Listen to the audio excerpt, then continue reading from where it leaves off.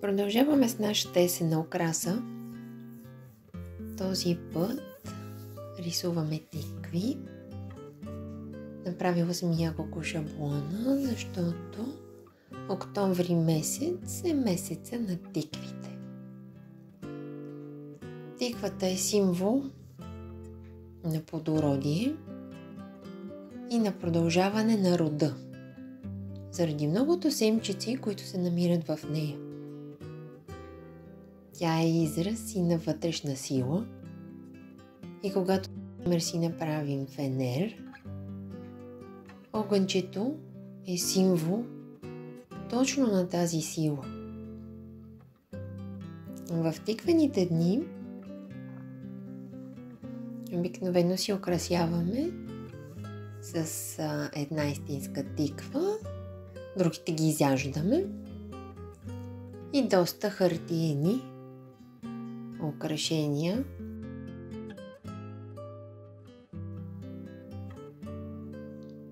Докато детенцето рисува, ще ви разкажа и за едно духче, което се среща в българската традиция. Нарича се домовник.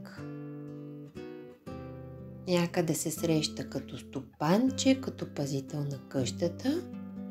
Той е добро духче, стига да не го ядосаме. А кога се ядосва? Тогава, когато къщата не е изчистена. Или когато има къвги. И аз се възползвам от този момент и казвам на децата, че ако не си приберат играчките, домовника ще се ядоса. А когато има къвги, трябва да му се занесе купичка с питка, жито, орехи. Аз слагам понякога и сладки и в момента, в който домовника ми види гърба, те моментално биват изядани.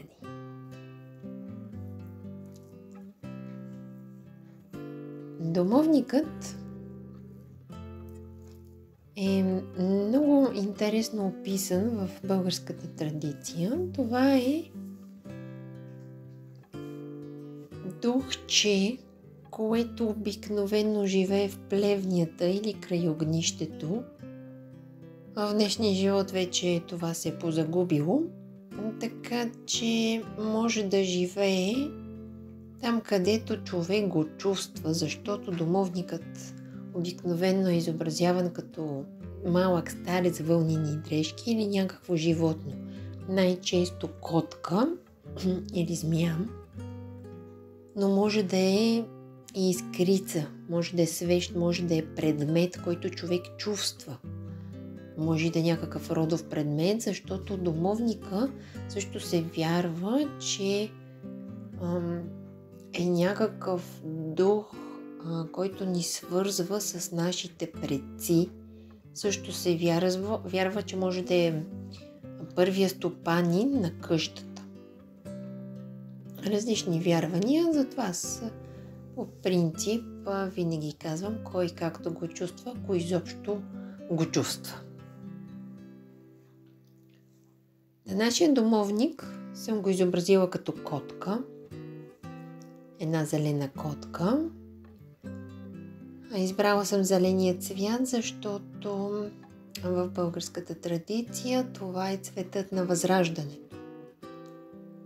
Цветът на плодородието. Това е пролетният цвят, точно когато живота се събужда и точно когато чувстваме радостта от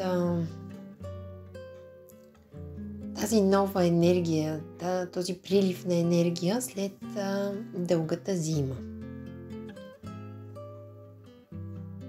И на тиквите, и на домовника съм изобразила български мотиви за плодородие, както и в тиквата за оцветяване. Сложила съм елбетицата като наш български символ, доста древен. Тя е баланса между четирите стихии, четирите посоки и също е вътрешната сила на човек. Изобразява вътрешната сила на човек, което съвпада и с нашата тиква. Както си използваме в семейството от няколко години.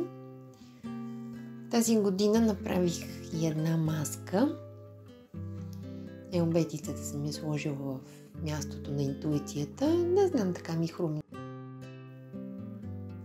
като идея да има някакво разнообразие в украсите и да си имам едно малко тиквенце, което много обича да си слага разни маски по главата. И така, днешният ни проект са нашите тикви и домовници, духчета на уюта. Заедно с есенната декорация се приготвяме и за Деня на народните будители, който скоро наближава.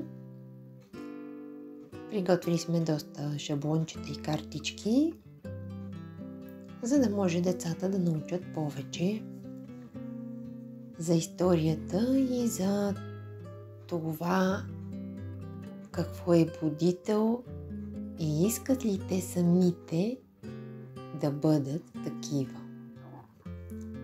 Това е от мен. Ще се видим в следващите ни проекти. Чао!